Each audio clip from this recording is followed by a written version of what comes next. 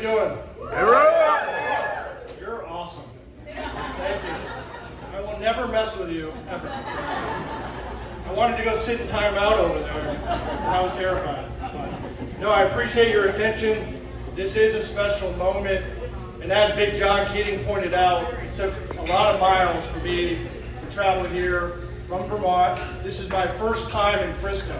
Very first time. By far, you guys do it better in Texas. From the moment I landed, you guys have been gracious, you've been awesome hosts, and I actually want to move here now. So, look for me next year, I'll be your neighbor. What an amazing effort. What an amazing effort. You've seen a lot of recipients today, you heard from Flo, but I think we're missing a critical piece here. Beyond just the recipients themselves, whether those that didn't return from the war or those that did and get the honor of wearing that medal, we also have to consider the families. The families that had to deal with the loss of their sons, their daughters, who never got a chance to come home. And for hundreds of years, have had to live with the loss of a soldier dying on a foreign battlefield across the world. And that's why we have the Purple Heart Medal today. You've heard a little bit about the history of that medal, but what about the tradition? First issued to soldiers of World War I, retroactively.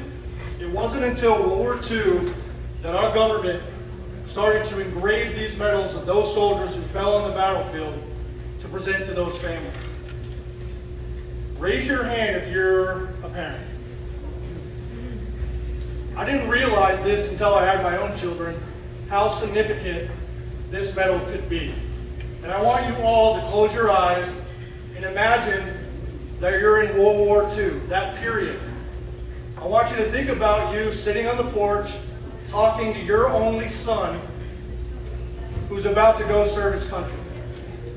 I want you to think about that last conversation, what you would say to them as they go off to one of the greatest wars our country's ever experienced. That last goodbye, for you mothers out there, that last embrace, that last hug, that last kiss. Fathers, that firm handshake. I want you to envision your son walking off that porch, walking down that sidewalk, getting on that bus, giving you that final goodbye. He's enlisted to serve our country, and he's off to fight fascism in Europe. Unfortunately, about a month later, you get a knock on the door. Back then, we didn't have officers like myself to deliver that news. It was a postman delivering a faithful telegram, letting you know that your only son was never coming home again. Take a second and think about how you would feel knowing that reality has just struck you, not only in your face, but deep in your heart. This medal is the last tangible item that a family will ever receive. It's the last thing they can touch, they can feel. Families had special places for it in the home. They put it on the mantle. They break it out for special occasions, Christmas, birthday parties. Mothers would wear it on a necklace around their neck every day of their lives to basically remember their son. Now over time, I call it the circumstance of life. Things happen. And I'd like to ask the men here, because women never lose anything, how many men here will admit to losing a wedding ring? All right, there's always one. Thank you. Things happen. People move. People pass on. These medals have lost their way, and they're being found in incredible ways. They're being found in old homes, vehicles, furniture. Metal detector enthusiasts are finding them buried in the ground. Circumstance, airline tarmac, so metal fell out of somebody's luggage. Taxi cab in New York City, a veteran left it behind by mistake. If you can envision a medal being lost or found, our organization has heard about it. Every week we get 2 to 3 of these Purple Hearts sent to us with the objective of doing the historical research to bring the medal home. And that's what we're going to do tonight. So we got a medal literally days ago. When I got the call from Bill Chatfield and John, they asked me to come participate. They said, Zach, do you have any medals for this area? And I said, we just got one.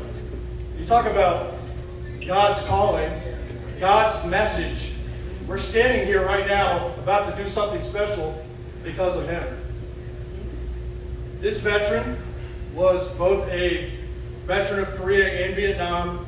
And Ned, I don't want you to put you on the spot, but we have the veteran's son here. And I would love, sir, for you to come up and tell us about your dad.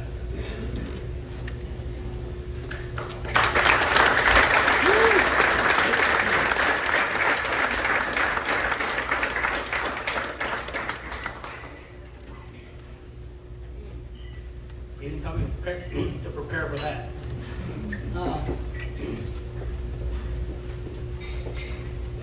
My dad was a patriot. He was a patriot. He joined the Army the first time right after World War II. And he was sent to Germany as part of the rebuild. My grandparents told him, whatever you do, don't marry a German woman. Well, he was stubborn too, because he married a German woman. He later was deployed to Korea, and he was later deployed to Vietnam.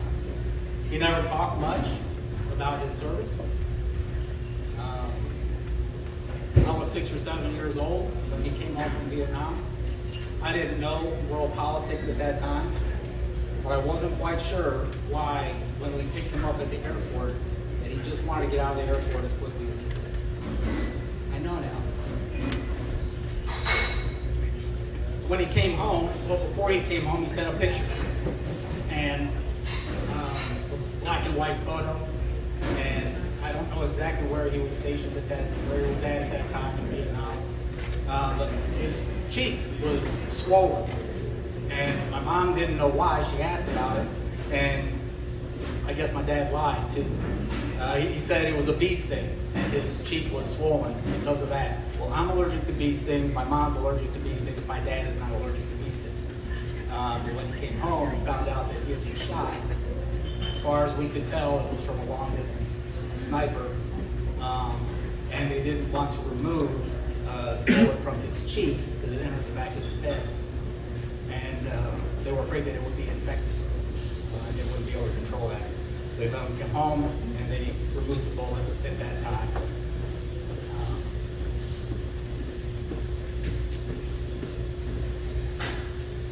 He did receive the Purple Heart.